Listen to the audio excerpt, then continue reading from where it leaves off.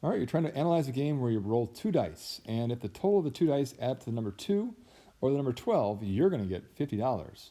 If you happen to roll a total of a 7 on the two dice, like these right here, you're going to win $3. But if you happen to roll a total of 6, you're going to have to lose and pay an additional $6. So if you were going to ask yourself, what is this game worth? Well, then you take the money that you can win times the chance of it happening, plus the money you can win times the chance of it happening.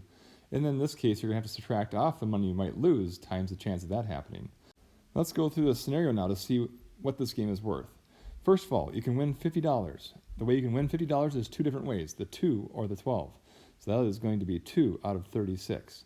We can also win $3. The chance of you winning $3 is if you roll a 7. And there are 1, 2, 3, 4, 5, 6 ways out of 36 you can win $3.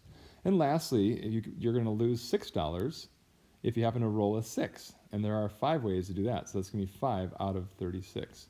Now, if I put that in my calculator, I will get my expected value of this game, what it's actually worth.